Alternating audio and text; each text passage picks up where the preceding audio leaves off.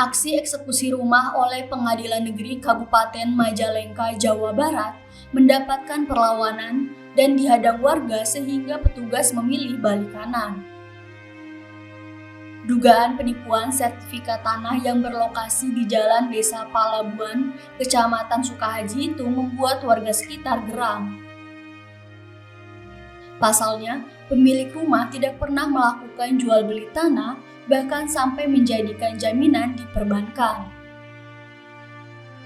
Dugaan penipuan sertifikat tanah berawal saat Titin dan Sanudi yang merupakan purnawirawan TNI Angkatan Darat meminjam uang sekitar 40 juta rupiah kepada seorang warga yang dikenalkan temannya dengan jaminan sertifikat tanah atas namanya.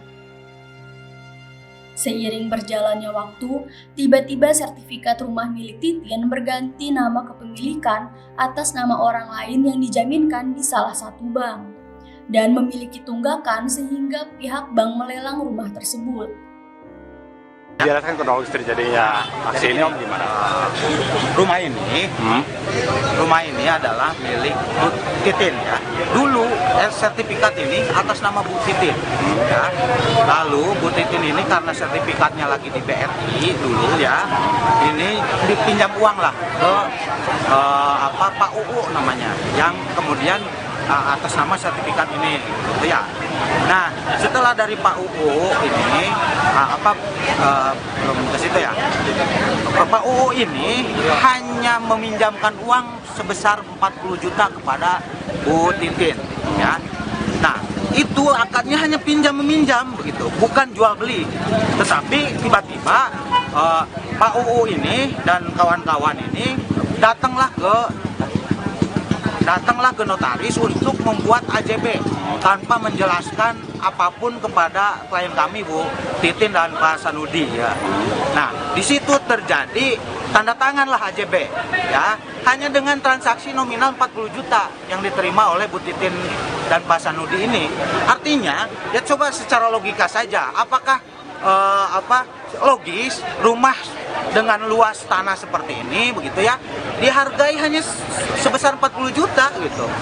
Kalaupun benar diterima 75 juta sesuai dengan AJB, apakah masih logis juga gitu dengan lokasi yang begitu strategis begitu ya. Nah, lalu setelah ini dipindah tangankan berdasarkan AJB ke Pak UU. Nah, Pak UU ini memindah tangankan lagi haknya kepada Pak Rahmat Iskandar. Nah, Pak Rahmat Iskandar ini kemudian meminjam uang ke Bank Mandiri, ya, tidak dibayar utangnya. Nah, ini yang jadi masalah, gitu. Akhirnya bank melelang ini rumah ini karena Pak Rahmat punya hutang. Padahal Pak Rahmat ini bukan pemilik sah dari rumah ini, begitu. Artinya kasus ini sampai ke pengadilan kan? Kasus ini dimohonkan eksekusi oleh pembeli setelah Pak Rahmat, begitu, dari lelang. Nah, itu ada putusan eksekusi memang di situ. Kami kemarin itu memasukkan gugatan perlawanan untuk melakukan bantahan terhadap eksekusi ini, gitu. Tetapi kami ketika kemarin kami masukin dan dapat register perkara, akhirnya ditolak gugatan kami. Ini jadi pertanyaan, kenapa ini ditolak? Gitu. Sekarang pun hari ini kita terus berulang-ulang untuk daftar gugatan perlawanan, tapi tetap nggak bisa. Ada apa ini? Ikot pembayaran melalui ikot ini tidak bisa dilakukan oleh kami, gitu. Ini kan ada wacana untuk eksekusi pengosongan. Betul. Gimana reaksi daripada keluarga ini, Pak? Nah, karena kami ini klien kami adalah pemilik sah dan bukan pihak yang dieksekusi, ya. Dalam hal ini eksekusinya kepada Pak Rahmat Kurniawan, begitu. Nah, sedangkan pemilik sahnya adalah Bu Titin.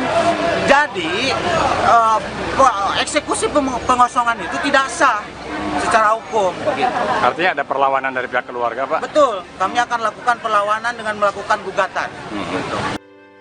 Berdasarkan putusan pengadilan, rumah yang dihuni Titin dan suaminya harus dikosongkan. Namun saat Pengadilan Negeri Majalengka akan mengeksekusi rumah tersebut, petugas mendapat perlawanan dari warga. sehingga petugas memilih balik kanan.